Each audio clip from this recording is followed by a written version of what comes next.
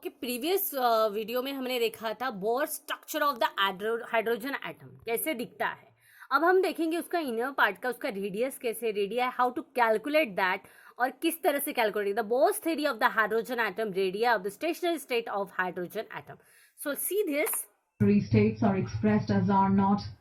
Rn is equal to n square A naught, where the value of A naught is 52.9 picometers. See here the IN is IN value मतलब R हमने देखा ना KLN के हिसाब से R की radius N shell depend करेगी। N में वो बहुत, K में बहुत पास कम रेडियस रहेगी, L में बहुत दूर की थोड़ी ज्यादा रेडियस रहेगी, तो depend on the IN।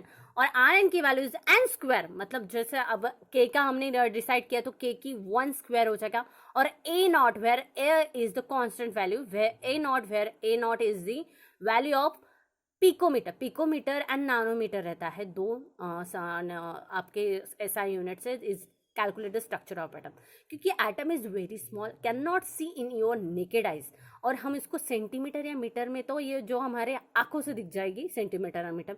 Picometre is very very small particle radius है ना, पिको में कैलकुलेट। सो ए नॉट की वैल्यू हमेशा कांस्टेंट रहेगी। This value of the A naught is 52.9 picometer. PM is called as the, write down in your first page, PM is called as the picometer.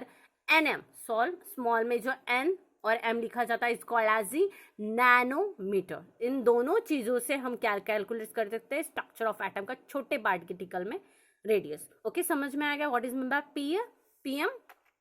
So the radius of the first stationary state, called the Bohr orbit, is 52.9 picometers. The first radius of the Bohr की है ना, first radius है, तो so the first radius of the stationary state called the Bohr orbital is 52.9 picometer energy of the stationary state. First energy state में हमें पता चली कि उसकी रेडियस कितनी है 52.9 picometre. Energy of stationary state is determined by the given relation. En is equal to minus RH times 1 over n square. So हमें calculate करना है तो En एनर्जी लेवल En, अब n की जगह हम नंबर ऑफ के एलिमेंट की वैल्यू रख सकते हैं। So here the negative charge RH is called as the Rydberg's constant. ये हमारा हो चुका है। कांस्टेंट वैल्यू कौन सी है हमें ये भी पता है RH की। सो 1 डिवाइड बाय n स्क्वायर, जो नंबर ऑफ वैल्यू K रख सकते हैं वहां पे पुट कर सकते हैं, L पुट कर सकते हैं, M पुट कर सकते हैं, right. So see here where RH is called the Rydberg constant with value 2.18 times 10 raised to the power minus 18, and n can take values 1, 2, 3 and so on. So see here where RH value, the Rydberg constant value is 2.18 into 10 to the power minus 18. J is called as the joule. Joule is the unit, is Rydberg constant, and the n is putting the value of the 1, 2, 3, 4 so on, है ना। कुछ हम वहां पे put कर सकते हैं, की वैल्यू पुट कर सकते हैं L की। इस तरह से हमें क्या पता चल जाएगा energy of the stationary state. Okay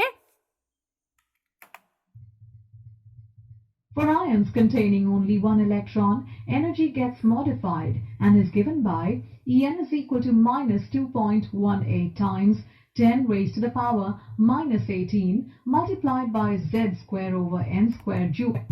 so here first ion containing only one electron, जहां पे एक ही इलेक्ट्रॉन है। अगर हमें कैलकुलेट करना है तो हियर फॉर एग्जांपल हम हाइड्रोजन का कैलकुलेट कर रहे हैं तो En is equal to minus 2.18 into 10 to the power minus 18 किसकी वैल्यू है रिगबर्स कांस्टेंट की वैल्यू हमने राइट डाउन कर ली। सो हियर जेड स्क्वायर मतलब हमारी जेड एटॉमिक नंबर की वैल्यू, जैसे हाइड्रोजन का एटॉमिक नंबर की वैल्यू कितनी है 1, और एन की वैल्यू हमें के शेल का 1 इलेक्ट्रॉन है तो वो कहाँ पे रोटेट होगा के शेल में ही रोटेट होगा, और here J is the unit of this unit. तो यहाँ पे हम फर्स्ट इलेक्ट्रॉन किस में है हाइड्रोजन में, तो हम कैलकुलेट कर सकते हैं easily. See here where n can have values 1, 2, 3 and so on. सो यहाँ पे n की वैल्यू हम पुट कर सकते हैं। हमें पता है हाइड्रोजन में एक ही इलेक्ट्रॉन है तो हम n की वैल्यू हमारे क्या आएगी एक ही आएगी, के शेल में एक ही इलेक्ट्रॉन रोटेट होगा। सो यहाँ पे n की वैल्यू कितनी आएगी एक ही आएगी। तो जेड स्क्वायर की स्ट्रक्चर ऑफ एटम का कितना आएगा 1 स्क्वायर, तो टोटल वैल्यू कितनी आएगी यहाँ पे 1 ही आएगी।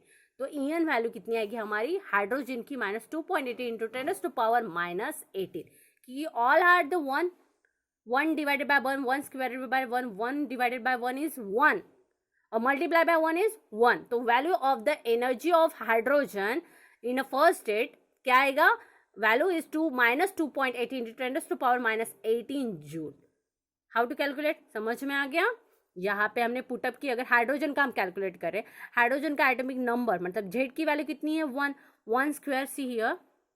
अगर आपको इससे नहीं समझ में आ रहा तो सी राइट डाउन हियर। अगर हम जेड स्क्वायर लिखने जा रहे हैं, see here the Z square और डिवाइडेड बाय यहाँ पे क्या था नीचे एन स्क्वायर, राइट। तो हमें हाइड्रोजन का एटॉमिक नंबर जेड की वैल्यू कितनी है, z is equal to 1, put here, तो क्या आ जाएगा 1 स्क्वायर डिवाइडेड बाय n की वैल्यू, क्योंकि के शेल में एक ही इलेक्ट्रॉन है, एक ही first starting of the K shell, hydrogen का एक ही इलेक्ट्रॉन, तो के शेल में ही होगा ऑब्वियसली, तो 1 स्क्वायर n की वैल्यू, तो 1 square is equal to 1 divided by 1, तो आंसर इज 1, राइट। तो ये पूरा वैल्यू वहां पे रिडबर्ग कांस्टेंट से क्या हो जाएगा, मल्टीप्लाई हो जाएगा, तो क्या आएगा answer is where n is equal to the En is equal to -2.18 10⁻⁻18 joule.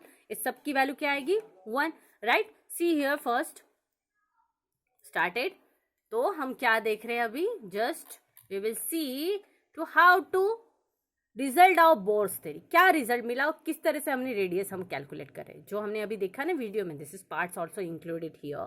The Bohr's theory is used to derive the energy of orbit, that is the stationary state in a hydrogen atom. The result of Bohr theories of hydrogen atom is summarized here. अगर hydrogen atom का structure हमने देखा और उसने summarise किया कि कैसे calculate करेंगे, कि इस तरह से है, तो फिर हम कैसे कैलकुलेट करेंगे कि how to energy level and where is present, where is कितनी रेडियस उसकी, how much radius of the hydrogen atom. So see here first, the stationary state of for the electron are number is n is equal to 1, 2, 3, these ingredient the principal quantum number, and the n is called as the principal quantum number. n का नाम क्या है, principal quantum number. Write down your first page, n is called as the principal quantum number. The radio of the stationary state, calculate the formula is Rn is equal to n square a naught. हमारा हो चुका है right, अभी just few minute में। तो a naught की value is the 52.99 pm is called as the picometer. Thus, the radius of the first stationary state is called the Bohr's radius is 52.9 picometer. The next point is the most important property of associate with the electron in the energy of the stationary state is given by expression. अगर हमें first calculate करना है तो E1 value, right, क्योंकि हम hydrogen की value calculate करें, n number हो तो 1 शेल में एक ही रहेगा, तो E1 is equal to minus RH1, z की वैल्यू हमें पता चल गई 1 ही है, n स्क्वायर, तो 1 की वैल्यू भी 1 ही है, तो answer is the joules is the hydrogen atom and the value is the joules is 2.80 into 10⁻⁻18 joules. Okay, is correct, easy, right? The lowest energy state is called as the ground state, right? The ground state, your energy level 1 is the 1 square state.